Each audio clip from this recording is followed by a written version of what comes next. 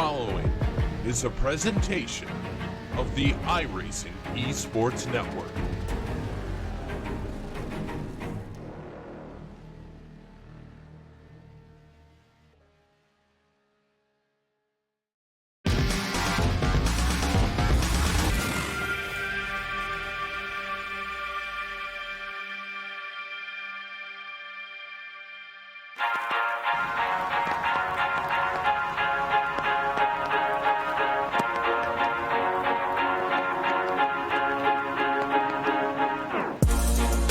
Round number 8 of the IMSA Online Sportscar Championship heads to South America. I am Connery Maddock. With me today will be Stephen Burbage, and you do not want to miss this fight in Sao Paulo, Brazil, just after this.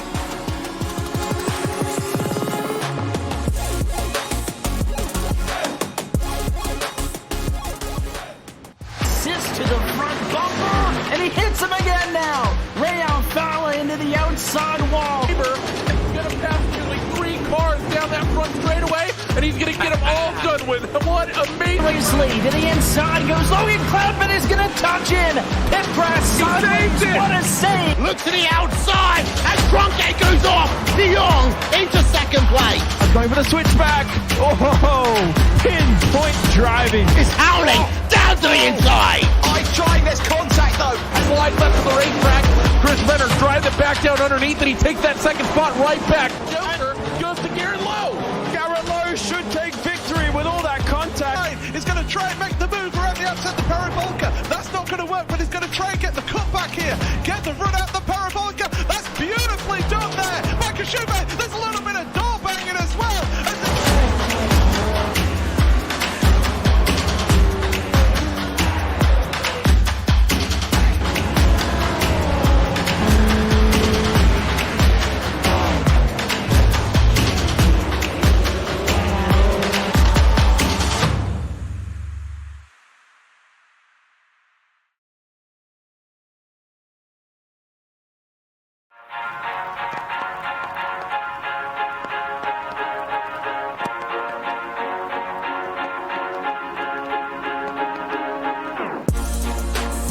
We've had some fantastic action so far this season in the IMSA Online Sportscar Championship here on iRacing.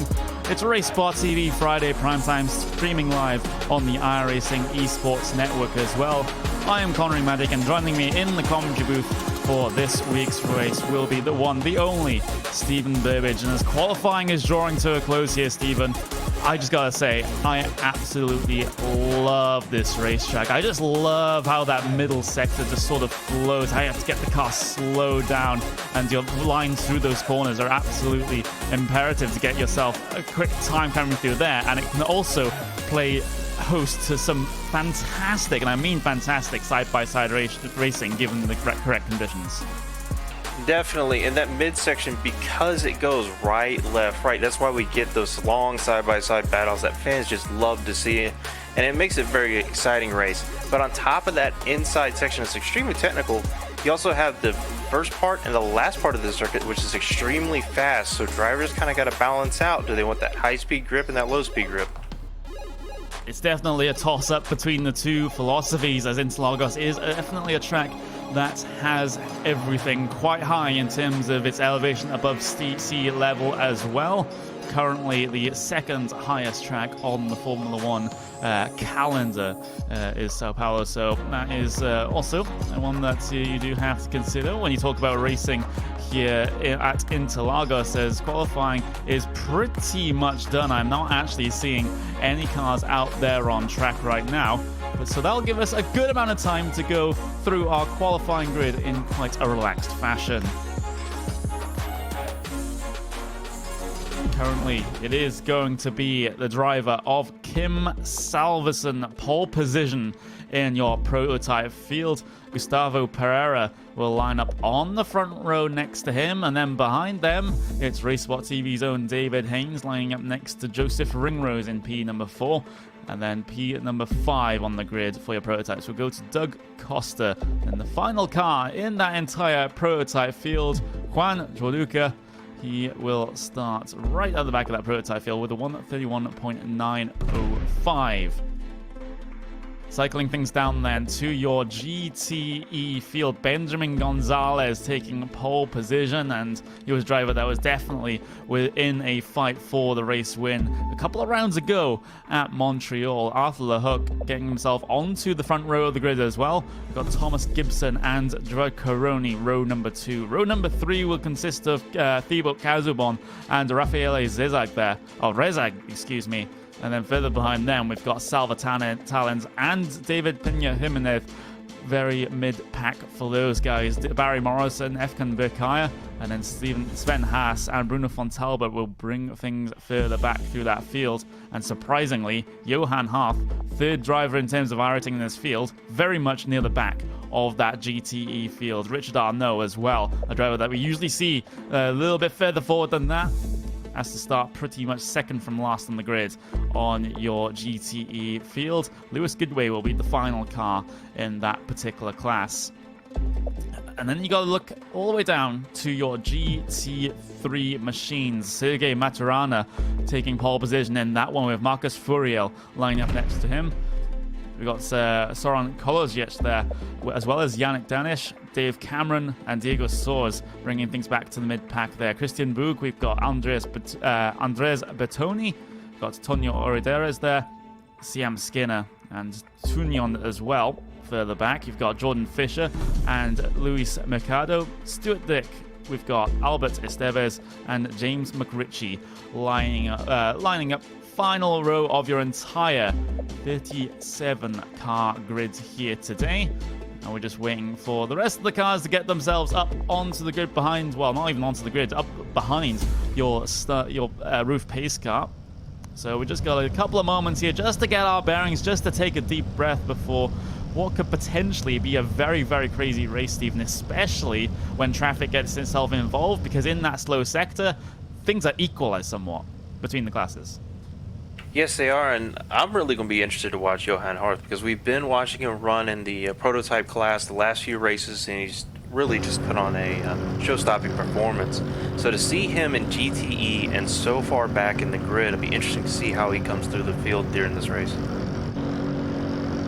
It'll definitely be a very intriguing thing to watch. That pace car will pull itself off. We've got Kim Salverson behind the pace car right now, leading the way, as we'll get shots of the cars starting to get themselves going then, as these classes will prefer to get themselves spread out before we get the start of this race. It doesn't always happen, of course. It depends what the class leader is feeling like on any particular day.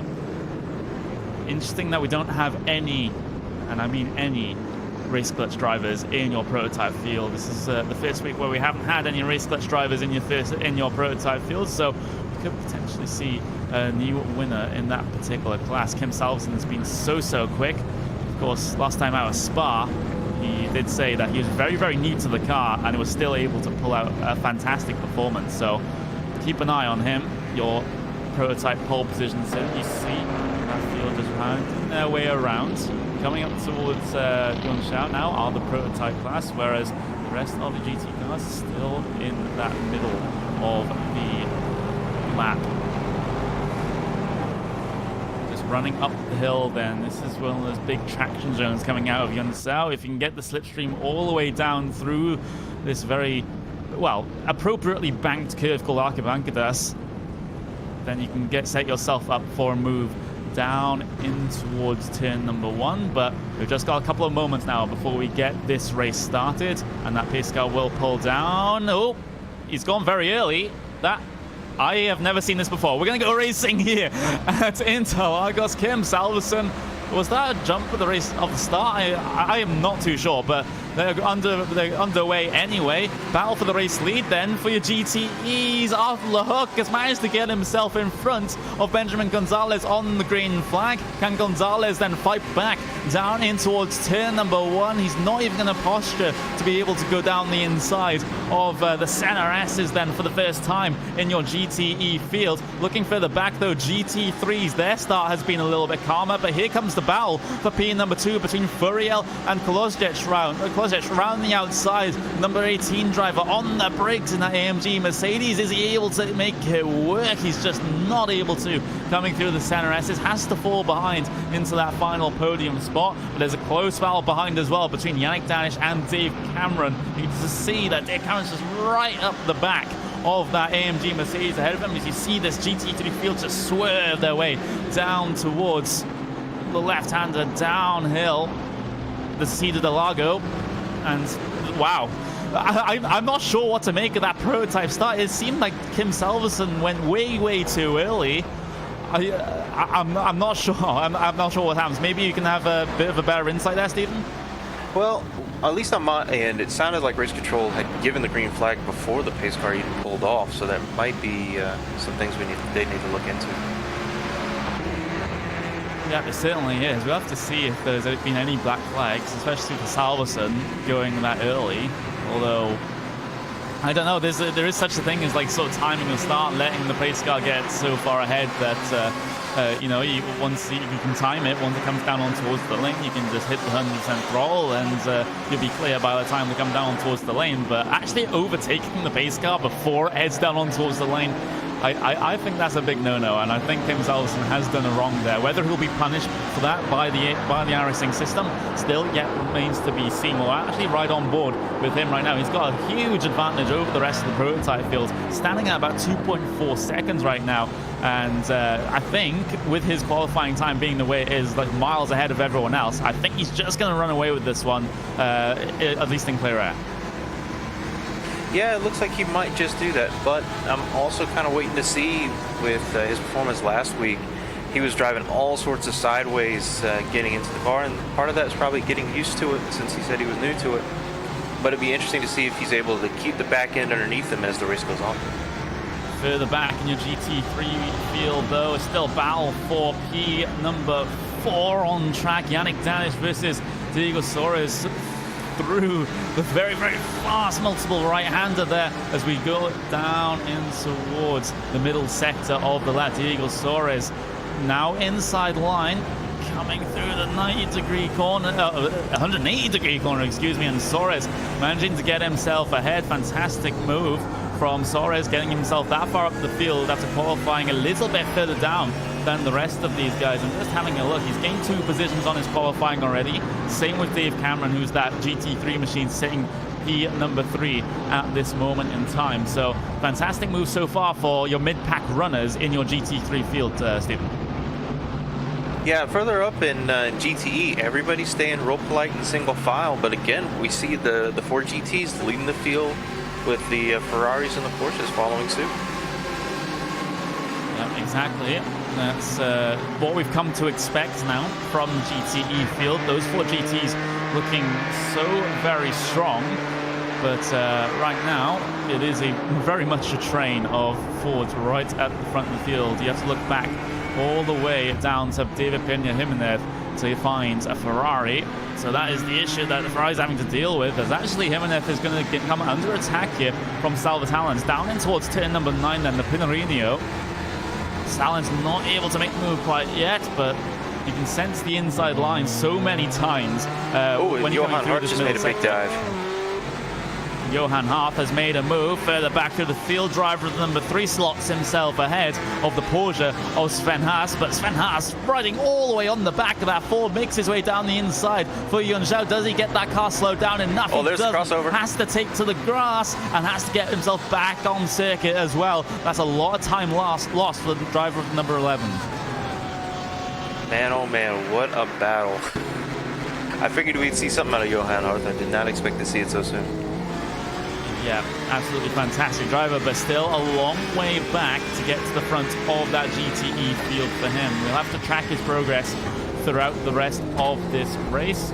But right now, as it stands, Kim Salverson leading the way from David Haynes, Joseph Ringrose there, P number 3 in your prototype field. Meanwhile, in GTEs, Arthur LeHook leading Gonzalez from Gibson as well. That's the top 3 in your GTE field. And in GT3s, Sergei Maturana has managed to get away from Marcos Furiel a little bit here, with Dave Cameron being P number 3 in that particular field. at this moment in time. And I'm noticing a rather large split that has happened right down the middle of your GT3 field. And actually at the front of the second pack here, Odieres, driver number 24, coming under the attack from CM Skinners. They're all going to stack up behind, and Klostich actually going to get a huge amount of contact there in that number 18 machine, but somehow he manages to keep it on track, and somehow he manages to still continue a fight with a Vario Tunon here as Estevez further back tries to get himself involved as well. And that's just what happens sometimes coming down into some of these corners. Stevens will see Tunon look for the inside through the right-hander, but simply not able to slot himself anywhere inside that AMG Mercedes ahead of him. So he'll just have to calm down just for a little bit. But as I was going to say, Steven, sometimes through some of these corners, if you make that slight error and you're slow in the middle of the corner, you're just going to stack up everyone behind. And that's the exact concertina effect that we saw down into the Interlagos that time. Yeah, and that's a very complicated corner, and to be honest, that could have gone a lot worse than what it did. So to see everybody, despite the bunch up, everybody kept it on track, pointed the right direction, it's pretty good overall. Oh, Gonzalez has run into an issue. The second place runner in your GTE field has had himself an off down at the Interlagos. What has happened here? It's a single car incident, and the car just broke away from him. We'll get the replay up on screen for you in just a couple of moments. There we go. We'll see this one from Benjamin Gonzalez. You just see that car sort of center of frame right now through the middle of the corner. Car broke away. Everyone has to scatter behind to avoid. And that's a single car incident for your second place runner. He's cycled all the way back to the back of the GTE field now, Steve. And it's right there at turn 4. We saw the trouble with the GT3, and GTE's no exception in that. It's just that Ford GT, you said a few weeks ago, you know, it's really twitchy, and when you get it over that edge, it's not very forgiving. I think that's what we just saw there. Joseph Ringrose, driver number 34, has lost the position to Doug Costa, driver number 35.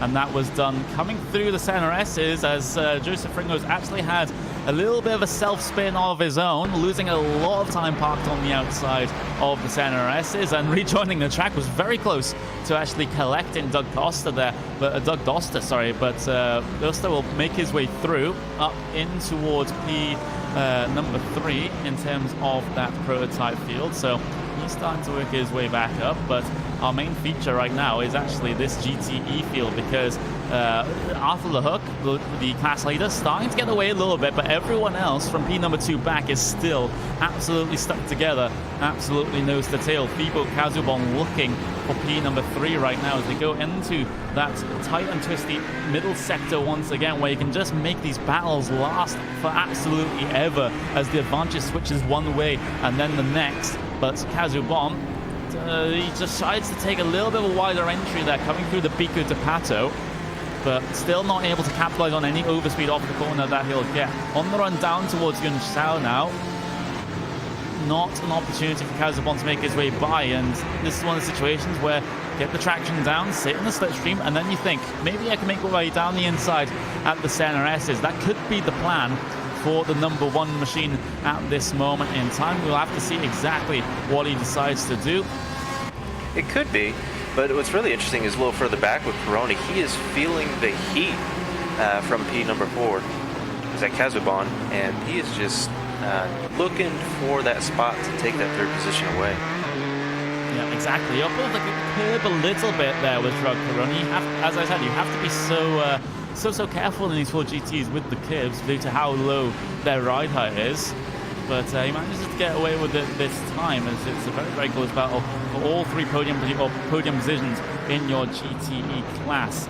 Right now, the other classes have spread themselves out a little bit. A bit of a compromise line through the Interlagos, though, for Gerard Peroni does mean that Kazubon is able to lock right onto the back of him. Does Kazubon decide to send it? He does send it down the inside at turn number 8. There's a bit of ball barging through the middle of the corner. Elbows out, boys, because Kazubon's making his way through.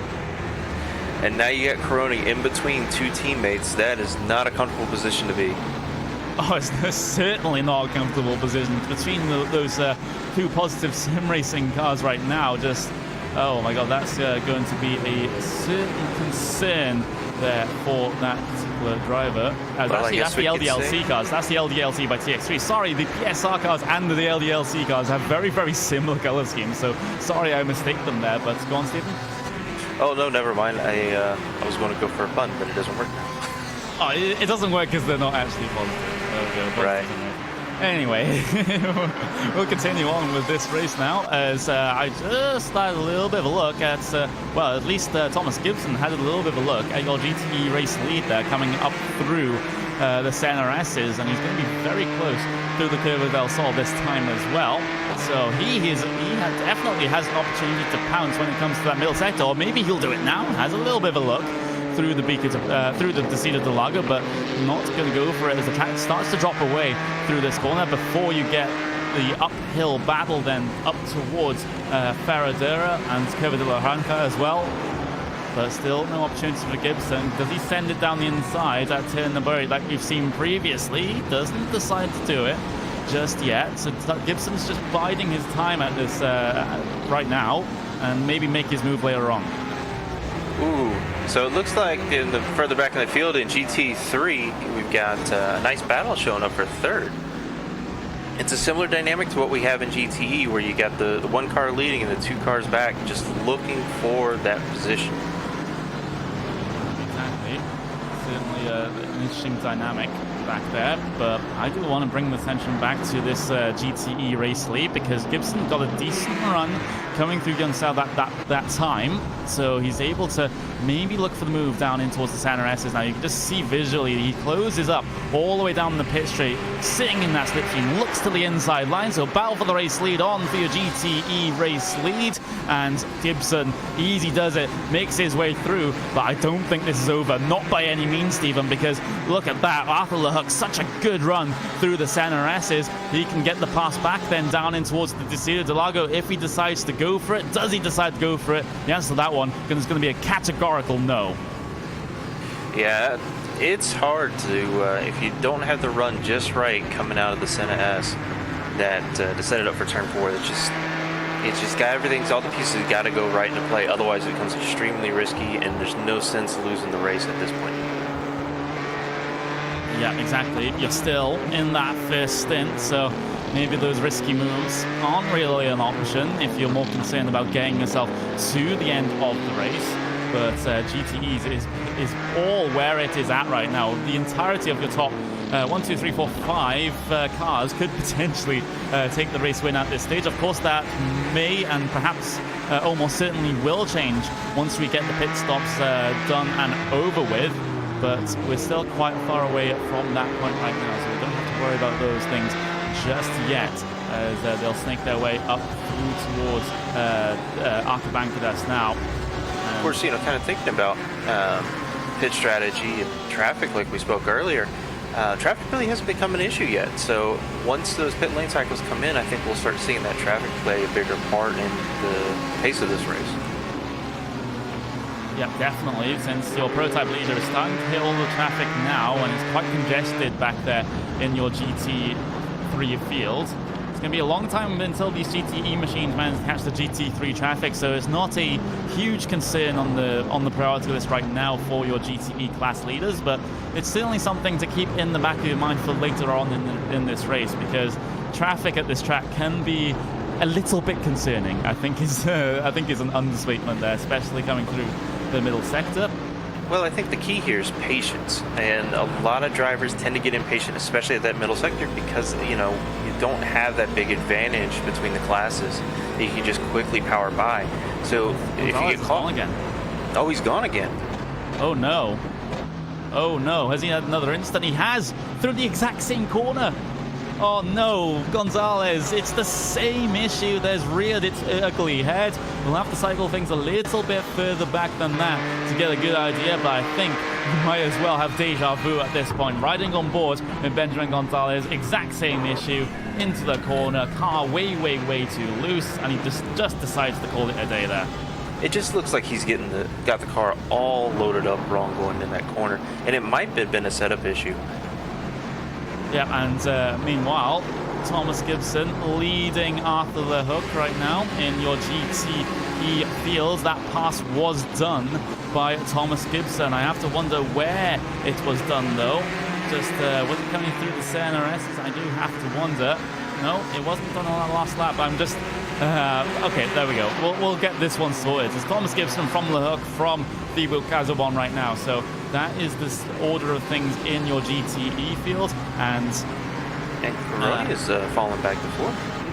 Yeah, Caroni just falling off the back of this one just a little bit, but this is where all the highlights are going to come from, this GTE field. But of course we do have the battle for the race lead in that GT3 field to be concerned about. That one is starting to get within a second now between Sergei Maturana and the car of Marcus Furiel. So Furiel could definitely be back in this one in your GT3 field. But all the entertainment. I'm just going to say this now. Like, pretty much the GTE field is the one to watch right now because everyone is just completely stacked up. It's the highest strength of field in your race right now. 6,263 is the average iRating of the drivers in this field. So there is no shortage of talent out there on track. No, there's definitely no shortage of talent in GTE this race. But I think that's why we see such intense racing and everybody's so stacked up together, is because the average is so tight and the skill levels of these drivers are so close together, and that's just one of the beauties of the iRacing service. It absolutely is. Everyone in this GTE field, insane iRating, but we've only got one Pro World Championship driver among them. That's going to be Salva Talens. So many of these guys, when the VRS GT iRacing World Championship heads to the GTE machines for next season, then some of these guys might actually get themselves to the forefront GTE specialists. And Thomas Gibson had a little bit of a concerning run there coming through the Desert de Lago, but not enough to come under threat from Arthur Le Hook as they head their way through Ferradura now, up in towards the right. And still no opportunities for the change of the race lead for Arthur Le Hook, neither for Thibaut Casabon. And if you're Arthur Le Hook in this situation, Stephen, you have to be thinking, okay, now I can focus on actually chasing that car down that's ahead of me, because behind me I have my teammate of Thibaut Casabon. So Casabon is not going to be so aggressive with Arthur Le Hook here, so Le Hook can get his head down and get the job done in terms of the race lead. Yeah, a little further up, the prototypes are having a little bit of trouble with GT3 going through the Senna S. Sorry, just to pull away from the GTE a little bit. But look at this. I mean, it is just wild to see. Oh, in trouble. Oh, big trouble in the back of the picture. That was Skinner. Yeah, that was CM Skinner. Let's have a look at what exactly had happened there on the replay.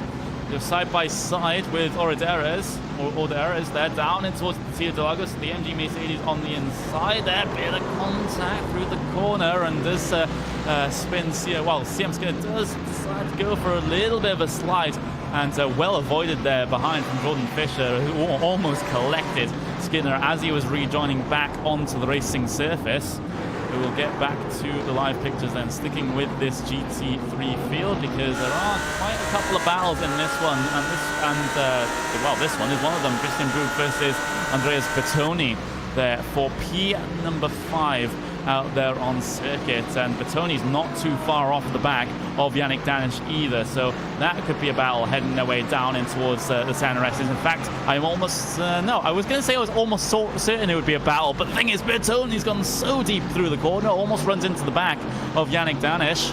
Danish was so slow coming down the pit straight there. I'm just having a look. He does have a little bit of front end damage. That's not going to be a concern though. So maybe just a higher downforce setup being used on that number 19 machine, which means he does lose quite a bit on the high speed sections.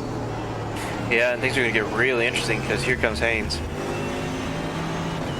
Yeah, exactly. Let's have a bit of a look. Yeah, David Haynes making his way through on a couple of GT3 cars right now. He's going to come up on this battle very, very shortly. You can actually see him in the back of the shot right there as he just appears. So prototype traffic is going to be an issue for these GT3 battles, and if they're battling side by side, then I think the prototype behind is just out of luck. So they'll just have to just wait for a couple moments, not go for a risky move, as David Haynes getting himself onto the back of this one now in that Daytona prototype, trying to find a way through, but simply just not able to right now, as Boog will follow his man very close, coming up through Yunsao. That's a missed apex there from Bertoni, as we're riding on the back of Bertoni right now. You see that Daytona prototype make his way through on the best section to be able to get those passes done.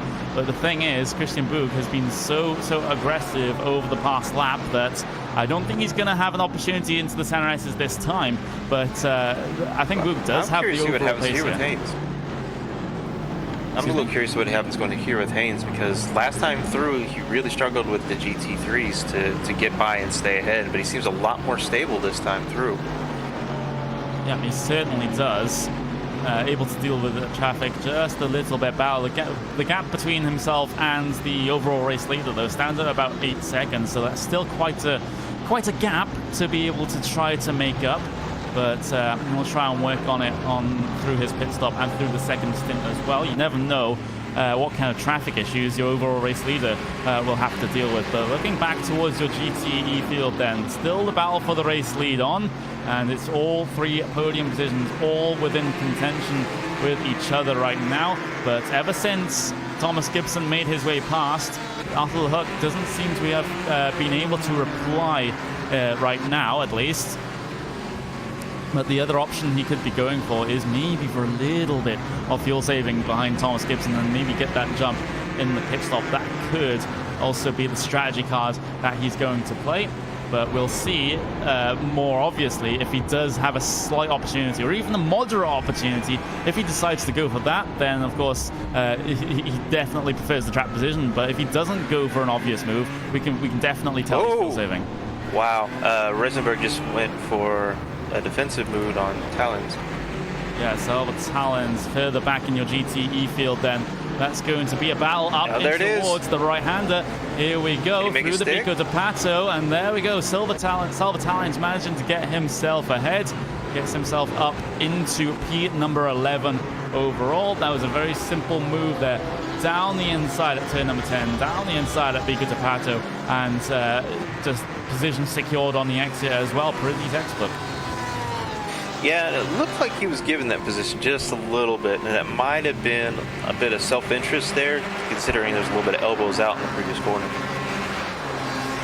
Yeah, definitely. Oh, there we go. Battle for the GTE race lead. They're going to go out again through the center S's. Arthur LeHuc has managed to squeak his way through here. And Thomas Gibson, oh, what has happened to put himself in that position in this race? I'm going to have a look back. It was a move to the outside, a move to the inside for Arthur LeHuc on the replay, down the inside at the center S. There's a little bit of contact just there between the two cars, but they managed to get themselves through okay. This GTE race lead battle, I think, given the right conditions, it'll go all the way till the end. Oh, well, and I think the biggest thing we're going to see here is pit lane strategy is going to be the make or break of this race with these 3. Definitely, and you've also got the wild card here for LDLC by TX3, and that is Thibaut Kazubon there. So it's 2 teammates against Thomas Gibson right now, which is not the position you want to be in, because he doesn't have the luxury that LeHuc had of not being pressured from behind. Kazubon now is absolutely going to pressure Gibson from behind, so he has to be looking in 2 places at once. Well, that's what they want him to do. If he's smart, he'll just focus in front, because the guy that's behind you, he's got to look for a clean place to pass. As long as Gibson doesn't allow Kazubon to get into his head, I think he'll be able to hold off P2. I think he might just be able to. We've had a visitor on towards the lane. That's the number 37 machine of Juan Joduca. That's in your prototype field and towards the back of your prototype field as well. So I don't think that's going to give us any indication of when these guys will decide to head their way in. As David Peña Jimenez, oh, he's got himself involved in an incident with Bruno Fontalba coming through the center S's, and it's Fontalba flat out just running into the back of him coming through the corner. That's just the way I'm just going to describe that. Just look at it. There we go. Oh, wow. And that was a hard hit, too. Yeah, it basically spins both cars towards the off the track, as we'll get another view of it on board with the car of Jimenez. And there's just absolutely nothing you can do about that. You know, it's a sort of rear end incident. Unless you completely brake check the guy behind you, then of course the guy behind is going to be at fault. So I'm not sure what the thought process there was from Feltalba. You get to see the car slowing down. You can see the Ferrari ahead on the brakes. Well, I think that's just a lapse in judgment. It might be a lapse in judgment, but also it could have been, he might have been thinking that the Ferrari is going to go for an outside in. So he was giving up the first corner to be faster coming out of the second and third. So the car behind was thinking, well, if I carry a little more speed in, I'll be able to go to the inside of the turn 2 of the Senna S and take the... That's a moment. That's a moment there from Pereira in his battle with Doug Doster for P number 4 in your prototype. I'm always catching myself trying to call these Daytona prototypes LMP1 cars, but they're very, very, very much not. Very much not. There's leagues of difference between these cars and the hybrid powered machines. But right now, this is a battle that's towards the back of that particular field. Pereira further behind, having that massive moment coming down through the Interlagos. I think he was just completely not expecting the 3 wide with the lap traffic that was going on down through that corner. So he just basically panicked, tried to make the corner, but thankfully on the exit of the Interlagos there there is a decent amount of runoff that you can use, so it's not too big of an issue if you outbrake yourself down into there. But we've got almost getting to around about 18 minutes left in this event. In fact, exactly 18 minutes. So we are very much sort of over the halfway point here. So we will have to see a couple of cars at least come down on towards the lane over the next couple of laps. But the thing is, it's going to be a case, especially in terms of your GTE race leads, who blinks first. Yeah, and Gibson coming out of that tight left-hander before they race back up to the start-finish line was really struggling there, and I didn't know if he was going to be able to keep it on track. So it seems either Gibson's starting to use up the tires, getting too much heat into them, or he's starting to crack under the pressure a little bit, or feeling the pressure as the time's starting to run out.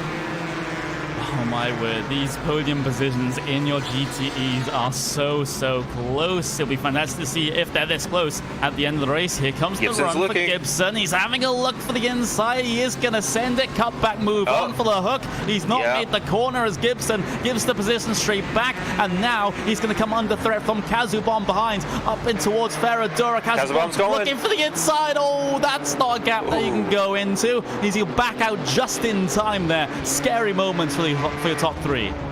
Not so much scary, but I think we're starting to see the claws come out a little bit. We'll see how this goes in these closing minutes, because I think these 3 are far from over in terms of their battles. Yeah, meanwhile, there's a prototype behind wanting to make its way through. That's Juan Tuca there. Kazubom just got into him. Yeah, there was a little bit of bumper banging there coming through turn number 10 between Thomas Gibson and Thibaut Kazubom. And Kazubom is doing his teammate a world of wonders right now, because he's applying the pressure so much that Gibson just has to focus on him instead of trying to catch your race leader. Now there's a slight gap developing between P number 1 and P number 2 as well. The Daytona prototype will head its way through on the outside of all of these cars, maybe inside of your current race leader of Arthur LeHook. Right now is they're going to go for it. LeHook had to miss the apex though, as the prototype has actually outbraked itself. Oh my word. And oh my god, Gibson will actually try to make his way back. Oh no! Oh, that's it. Almost a huge incident. Gibson manages to hold it somehow. Gerard Caroni will get himself up into P number 3. Can this GTE race get any crazier? Well, I said it earlier. Traffic is going to shake things up, and that's what we just saw 100%. Oh, Caroni and Gibson once again battling up in towards Ferradura. Gibson outside line, Caroni inside line there. Oh, Caroni trying to get over the curbs, the car being a little bit squirrely through the first apex, but then getting it slowed down for turn number 8. Squeaking his way ahead is the race clutch driver of Gerard Caroni. Gibson cycled all the way back down from P number 2 down into P number 4. Talons is looking for it. He's going to look for it as well. Salva Talons side by side with Gibson. Oh, Gibson not able to get the traction down off the corner. He was all over that curb, and that is how quickly things can change, especially when you're in a battle for the race lead. It can, and what I was watching with Gibson a little bit before he fell back was, you could tell from his race line, he was starting to crack under the pressure. He was hitting the curves a lot more aggressively. His lines were he was starting to miss his marks compared to what he hit previous laps. So I think we're starting to see that, and it looks like he just went down pit lane. Yeah, it does look like, as GTE pit lane is open right now. Same with your GT3 machines as well. So a little bit of overlapping, so the pit stop window here between your two GT classes, which is certainly very, very interesting. As having a look back to that GT3 battle for the race lead, we did have a pit stop come through for those guys. Sergei Maturana did come down on towards the lane, so your current race leader in that one is Marcus Furiel. But can Furiel challenge in terms of getting himself his pit stop done as well and cycling himself back into that fight? And that's going to be the issue that you have to question here. Is that prototype not by the GTE race leader still? Yeah, because Juan Johuca, driver number 37, that prototype that caused a world of hurt for the driver of Thomas Gibson, is still not past your GTE race leader right now. I'm just having a look at his pace because, correct me if I'm wrong, he's basically running GTE pace in a Daytona prototype. That's a little bit concerning. It's a little bit concerning.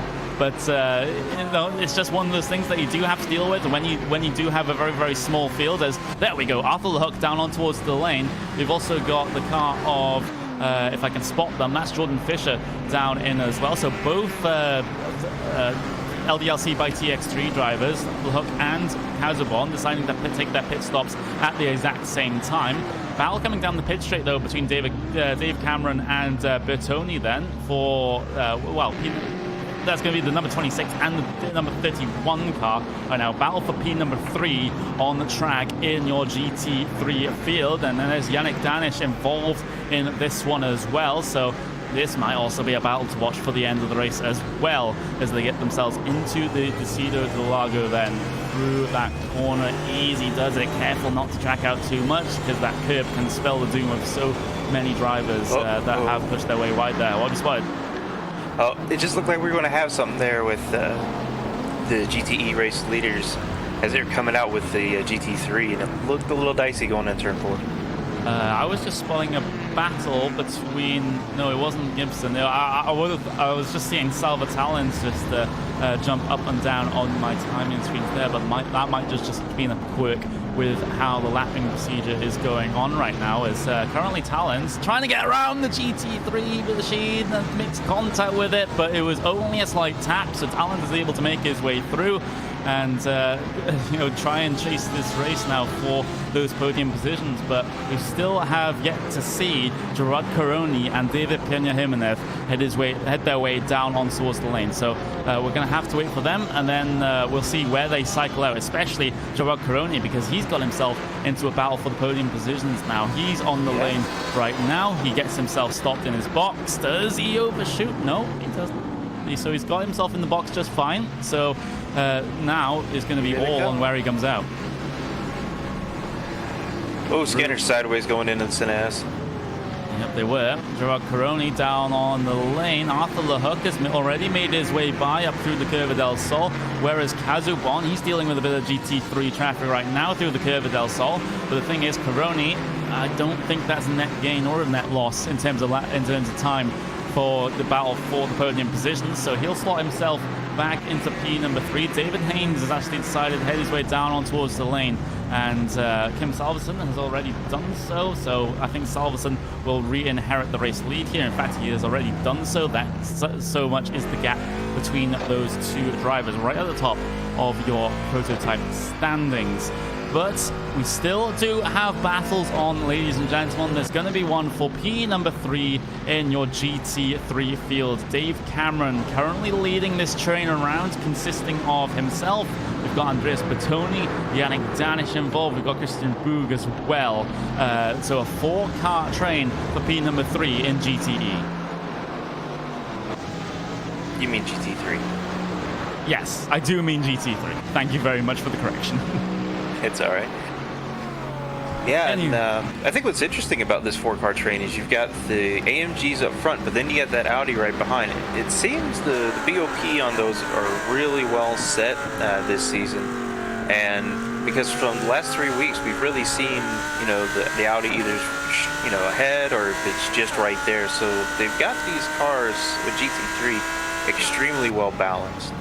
At least for this particular track, you do have to argue. So the AMG Mercedes starting to you know, show its true colors and able to get itself around this track a little bit faster than some of the Audis in your field right now.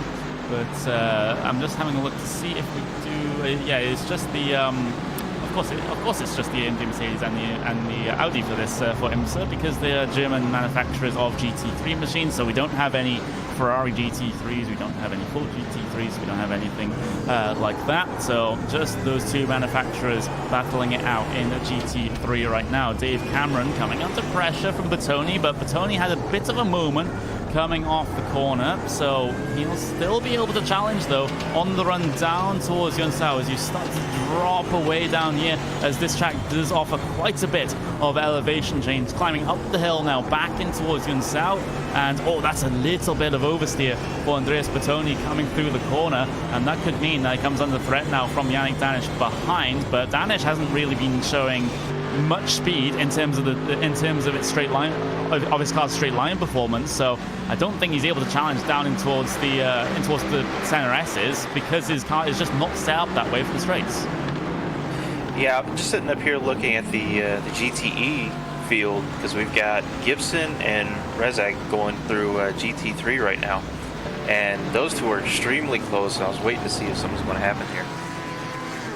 Yeah, they are extremely close. Of course, Gibson, before he had that unfortunate altercation, shall we say, with prototype, one of the prototype cars, he's actually finding himself solidly mid-pack right now and still trying to chase this race. But with 7.5 minutes to go, unfortunately, I don't think for Gibson that a podium position is on the cards right now, unless something catastrophic happens up the front. Whoa, Johan Hart just had a major slide checkup and slide going through 4. Yeah, you know, he's somebody we haven't really talked too much about today because he started further back, but he's making steady progress up to the field. I mean, he started 19th overall. Oh, he just had a bit of contact with the GT3 machine of Audieres, and now as a result, the car of Stuart Dick is able to try to challenge coming through the slow speed sector. There's Sven Haas as well, very much on the back of this battle. He can't be happy at all as they head their way through towards turn number 10 right now. Is it going to be 3 wide off the corner? Surely not coming down through this section. They'll try it anyway. Audieres still on the inside. Stuart Dick has managed to get himself ahead, but a little bit of door banging coming on the entry to the corner there. Sven Haas on the outside line, Audieres on the inside line. Audieres has to back out. He simply doesn't have the line through the corner to be able to get the speed off of the corner. And now Jordan Fisher is getting himself involved right now through Archibanca, squeezed towards the Armco barrier. There is Jordan Fisher, not given a lot of room to work with at all, but you have all the room on the inside line down in towards the center S's. Deep on the brakes goes Audieres,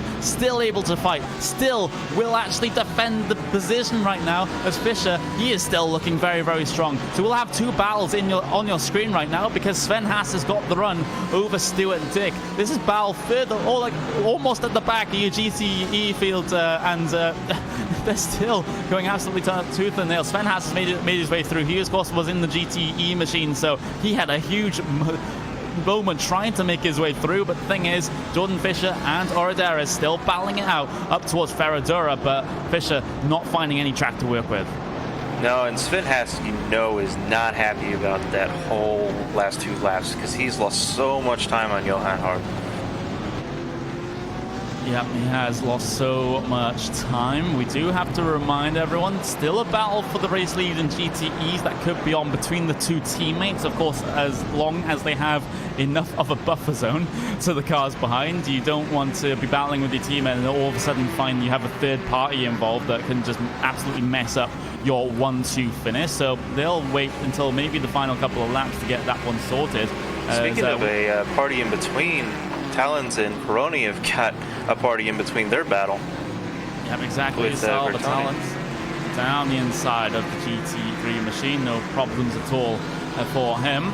So we got battle for P1, battle for P3, battle for P5 in GTEs that could get close before the end of the race. And meanwhile, in the GT3s, things have spread themselves out just a little as a result of that little bit of a moment that they had with the GTE machine. But right now, it's still Sergej Maturana leading the way in that field from Furiel, from Cameron, Bertoni, Boog, and Yannick Zanish. And those latter three are all within a second of each other. So there's still battles happening. There's still potential grandstand finishes to be had here with 4.5 laps to go. And Salva Talons just closed the gap up on Coroni again. It really seems like the Porsche's got a bit of an edge here, especially through the technical section in the middle of the course. Yeah, exactly. We'll follow them then down through the left up towards Yunsao then. Salva Talons looking very, very good indeed behind the wheel of that Porsche. Able to close about 0.4 of a second on that last lap, so he definitely has the pace over Gerard Coroni right now.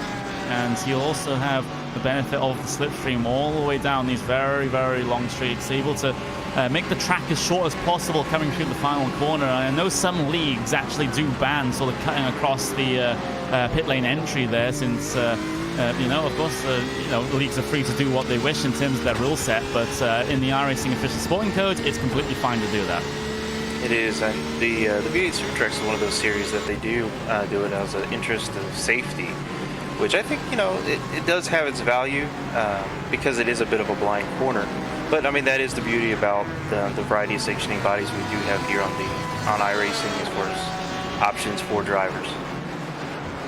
Exactly. Just dipping under 3 minutes to go then in this one. In round number 8 of the IMSA Online Sports Car Championship. Still battle for P3 then in your GTE field. Gerard Coroni versus Talons, and Talons is now looking aggressive in these final few laps to get himself onto that final step of the podium. Wide line being taken then through turn number 10. Late apex being taken as well, but not able to get on the power as early as he'd like because Gerard Coroni had parked his car right in the middle of the corner. Didn't want to run into the back of that Ford GT. Another wider line taken from Talons. He's really trying to maximize these exits and might just get it. There's a bit of a wiggle there from Gerard Coroni off the corner, and that's going to result in him not being able to get the traction down, not being able to get the acceleration and top speed coming down the straight. But Talons, he's actually out of the slipstream here. He has to go around the outside at the center S's if he's going to make this move. He's going to half commit to the move. Look for the inside then coming down the hill. He's going to go for the run. The apexes. He's going to go for the run, exactly, Stephen, through the Curva del Sol, and maybe complete this move then down in towards the Descida del Lago, onto the DRS straight then if we were in F1, down towards that left, very fast left-hander defensive line then taken by the French driver of Gerard Coroni. Forces Talons to try to get the cut back off the corner. Down the hill they will go, and then up towards Ferradura they will continue. This one is going to be great. Oh, and it is, and this is what we love to see, especially when you got manufacturers battling. So unlike some of the other battles you've seen there where it's like Ford GT, this is Ford versus Porsche, and it's just one of my favorite things to see on circuit. Yeah, it is absolutely brilliant to witness, but Gerard Coroni holding strong right now. He's had a couple of moments where he hasn't been entirely comfortable, especially coming off the exit of Yunsao, and that's just such an important traction zone to get your best advantage possible coming down the pit straight, as Gerard Coroni is starting to just manage the gap a little bit. Has to be so careful over that curb, but doesn't make the mistake he did last time, and actually does get the power down rather comfortably coming out of that corner. So I don't think Talons will have an opportunity here unless he goes for an almighty send down the inside. Yeah, exactly. We'll have to get back to that one, as actually Salva Talons going for the outside through the center S's. He's gone so deep that he's having trouble getting himself back to the apex for the second apex of the corner. And I think that will not be his final move. He still has 2 laps to go, as the lap time will tick down. There's 5, 4, 3, 2, 1. We'll get that one checkered flag out right now. So this is the final lap. So Kim Salverson heading his way down the straight, down the sort of back straight, down towards the Interlagos right now. That is the sort of marker that we'll just have to watch right now, as we'll see further back through your GT3 field. That battle between Bertoni, the battle with Christian Bug, the battle with Yannick Danish as well. That one's starting to get a little bit disrupted because there's GTE traffic getting itself involved in this one. So that is going to spread out this battle, or it might give a driver an opportunity that they otherwise would not have had. But right now it still stands as Bertoni, Bug and Danish in that order, as we'll have a look back then to Coroni, to Talons. What have they gone up to? They'll have one more lap to go as they head their way across the line here out of Yunsao, so they can continue on that battle. But I think Coroni might just have this for the final lap. He has enough of a buffer zone all the way back to Talons. What about your race lead? Lehook and Kazubon, they're not close enough to have a battle on the final lap either, I do not think, as here we go, Kim Salverson out of the final corner. A very comfortable win in Daytona Prototypes. Kim Salverson will come across the line. Driver number 20 will win here at Interlagos in the overall standings in that prototype. Blows the engine as he heads his way across the line. And then further back, we got to be concerned about the likes of Arthur Lehook, Sergei Maturana. I think Lehook will come across the line first in this situation, or at least I hope, in terms of him actually getting to the end of the race. He's not going to be challenged too much up towards the end of the race from Thibaut Kazubon, his teammate. As Coroni, we've had a moment. Where's Salvatalens? Salvatalens, he's out of fuel. Oh no! The driver number 9, Talons. Oh no! Oh, we've seen this happen so many times in this IMSA series, and it's happened again this time to Salvatalens. He's not going to be able to challenge Coroni for that final step of the podium. And it's just a procession now to the end of the race. I don't think Kazubon will have an opportunity unless Lehook gets held up here, but he's not going to get held up enough. I think Kazubon's just going to back off of this one and just have a show for the cameras, because it's going to be a 1-2 finish in GTEs for LDLC by TX3. Arthur Lehook will win in GTE. Thibaut Kazubon coming across the line, P number 2, and we've already had Sergei Maturana win in GT3 as well. And what a crazy race that we've had here today at Interlagos. Unfortunately, didn't get the grandstand finish we perhaps deserved, but we had some fantastic racing along the way. And without much further ado, we will head our way to our official finishing results.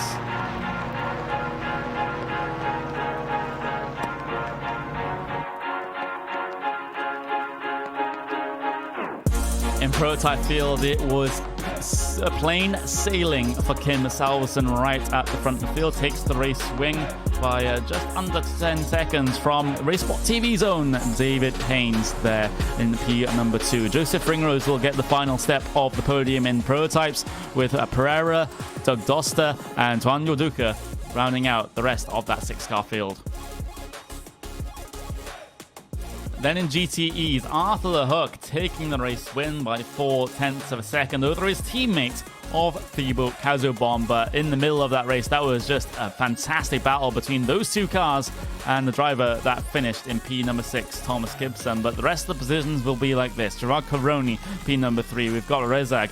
Very quiet race, but still ends up finishing P number 4. Salvatalens running out of fuel right at the end. Still finishes P number 5 with Gibson 6th, Berkaya 7th, Haas 8th, Johan Haaf P number 9, and David Jimenez P number 10. As we'll look at the rest of the finishers in GTEs, we've got Richard Arnault, we've got Bruno Fontalba, Lewis Goodway, Benjamin Gonzalez, and Barry Morrison.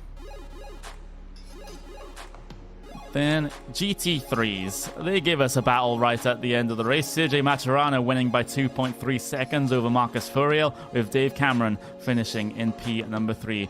And then it was the train, Bertoni, Bug, Danish. They all bring things down to P number 6. Steve Skinner, P number 7. The 8th will go to Stuart Dick.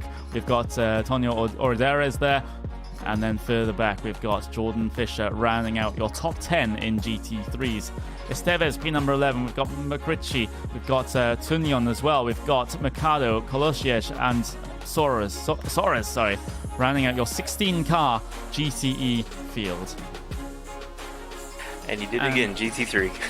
Yeah, exactly. But you're just going to correct me until the end of time. That's something I always get wrong. I do have to work on it. But we'll just have to take a quick break here on RaceSpotTV and on the iRacing Esports Network. And after this, it's going to be the post-race show. Don't go away.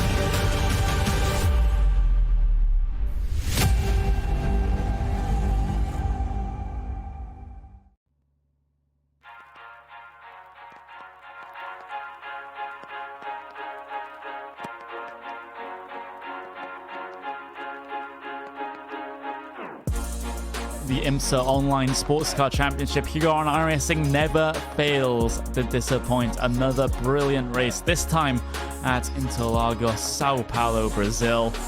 I've been Connery Maddox. Joining me in the commentary booth is Stephen Burbage, and we've got driver interviews here in the post-race show. And why not? Let's get driver of Kim Salvesen into the commentary booth right now. And Stephen, you're standing by with the Swedish driver. Kim, that was seemed to be a lot smoother of a race than what you had at Spa. Is that fair to say? Yeah, but I thought I have a shot on the Spa. I messed up because I didn't take the opportunity. I was a little bit too cautious, but that's just speculation. Well, it definitely seems like the caution that you learned or you used last round has really benefited you this round, and you weren't nearly as sideways, at least from what we saw. What was your strategy with the traffic here? Because we saw a number of the DPs having trouble with it in the prototype class, and especially with the corner speeds being so similar at the more technical corners. Basically, you need to show what you want to do. I think that's the most important thing, and check if some guys are fighting. Maybe you can, but I have the privilege to have a good gap, so that's a little bit. And having a good gap is always helpful. Yeah, but we need more DP people. Where did all the DP people go? Now that is a very good question. Now, as we wrap things up with your interview, anybody you want to give shout-outs, thank yous before we let you go? Yeah, all races. Thanks for a good race, and congrats to all the podiums. And you guys, of course. Well, thank you very much. There we go. That was Kim Salvesen, be at number 1 in your Daytona prototype field. And does anyone want to answer his plea for more Daytona prototype drivers? I would certainly be on board with something like that for the final rounds of the IMSA Online Sportscar Championship. But we do have another driver that we can get into the commentary booth right now. Why not? Let's get ourselves. We haven't had, we've had David Haynes. There we go. He's in the commentary booth already. I didn't see you enter there, David. How are you doing? Oh, doing good. I guess pretty happy with that race. A little bit sweaty, though. A little bit sweaty, and for what reason? It did seem rather quiet in that Daytona prototype field. Oh, because it's almost summer in Australia. But, yeah, it's just the setup I had was a bit oversteery, a bit leery, and even though I didn't have much, I had like one race within my own class. The traffic comes thick and fast. There was lots of GTs out there, and they're difficult to get past in that middle sector, which I think you said in the lead into the coverage. Mm-hmm. Yeah, exactly. It was always going to be an issue for the prototypes here today, and that sort of congestion through the middle sector. Just how do you handle it as a prototype driver? Because I was always a driver that sort of stuck more towards the GT machines rather than the fast prototypes and open wheel cars. So how do you deal with those sorts of situations where you could know that these GT cars couldn't go anywhere at any point? Yeah, you've got to either be very patient or very rude. And I think for most of the time I was patient. And I think compared to some of the other guys, I had a setup that was pretty good in a straight line. So I wasn't catching any of them too much through the middle sector. And then out of turn 3 and out of Zhongshao, I'd get past most of the GT there. Here's a question. What would you say to try to convince people to drive the Daytona prototype? Corvette, America, it'll put hair on your chest. There we go. I was expecting something entirely different, but no. Well, no. It's America. There we go. Anyone anyone with no I rating can get on the broadcast split right now in the Daytona prototype. So that's why people should come and beat me.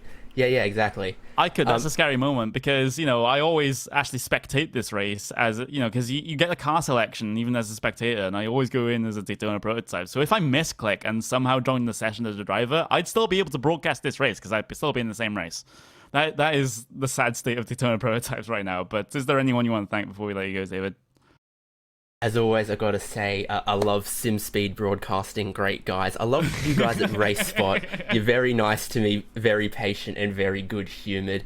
Also, obviously, my guys at my team, Team Huge Ass, our major sponsor, Dick and Cider. And I've also got to thank Johan Half of Race Clutch for sending me a slightly used second-hand setup. But, it was hand-me-down, but it worked. It did work. P number 2 at the end of the day. Thank you very much, David, for joining us. And we'll move on to our next interviewee, which will be Joseph Ringrose. That is another Daytona prototype driver, finishing in P number 3. We'll get him into the commentary booth. And Stephen, you're standing by with Joseph. Well, Joseph, that looked like you had your handful from time to time. Yeah. Again, thank you guys for the broadcast before I start. Yeah, I mean, I didn't do much practice for the race, so bit of going into the unknown. Haven't driven the car so much, and I thought I had it. I was just going to stick with Kim, and then I made a little error going into T1, locked the rears, and spun. Just a silly error that I shouldn't be making. And then I was battling with Doug. After that, I was running quite a high downforce setup, so yeah, I was kind of struggling on the pit straight. Did you find with running the higher downforce, did that help you with the traffic, or do you find that hurt you more? I think it definitely helped. Doug seemed quite cautious going into corners with traffic, trying to go side by side. He was only really doing it on the straights, and I just thought to myself, he's lost 6 seconds here. There's not really much point in trying to stay behind him. So I just sent it into turn 4. I mean, scared him out the corner. I didn't make any contact or anything. It was a fair move, so managed to get that one done. Well, definitely playing the psychology game on any racetrack is very important. It seemed like you did that quite well. Yeah, I mean, I think that was after the my spin. I just needed to get my head back in shape and just try and get the best result I possibly could. So, yeah, that's just the way I played the race, really. Well, we definitely hope it's kind of spur you on to put a little more practice in for next week, and we look forward to see what you do. Anybody you want to give shout-outs or thank yous to before we let you go? Yeah, I'd just like to give a quick thank you to Eric Andre, helping me with the car, the team, VRT, E-Racing, great bunch of guys, and all of the Kevins out there for the support. Hopefully see you guys next week. Look forward to seeing you as well. Connery? Oh, there we go. Joseph Ringrose finishing P number 3 in your prototype field. We do have a couple more drivers just waiting there, and why not? Let's actually get Arthur LeHook, your GTE race winner, up into the commentary booth. Salva Talons will just have to wait just a couple more moments to get his interview here, as we'll get Arthur into the commentary booth now. Arthur, what a crazy race at the front of the GTE fields. How did it feel behind the wheel? Wow. First, it was a very hard race for Thibaut, for me, and for Rafael. I think we managed to make a good setup for the car, so at the start of the race it was very hard with the tires, and after like 10 laps the car was so good, and I managed to overtake Thomas at this moment. I was thinking, I think it's a good moment to go, so yeah, it was really hard, and I'm so happy with the win. Yeah, I think anyone in your situation would be happy with the race win, and of course it was a 1-2 with your teammate as well, Thibaut. So how much did Thibaut help you in that race, especially in that battle with Thomas Gibson? I don't think he tried to help me. We were on Discord, and we don't speak when we are racing, but Thibaut make his race, I make my own, so there is no like Formula One teammate like Valtteri who help another one. Yeah, that was just an absolutely crazy battle at the front of the GTE field. So do you think if Gibson actually didn't have contact with the prototype driver making their way through, do you think you would have still been able to take this race win? I think he used his tires a bit much than us, so I would say that at the end it would have been a bit more easy for us, because he was struggling with his tires at the middle of the race before he crashed with the DP, but we can't say anything. It's racing, and it's a shame what happened to him, so yeah. But I think we would have been in front of him. Yeah, and well, that is just racing sometimes. Is there anyone you want to thank before we move on? I want to thank the team, Virtual Driver, Trustmaster, also Thibaut, because he did a great race. We are working hard on setup, and yeah, we are now focused on Sunday for Sportscar Open at Monza, and hope the same result.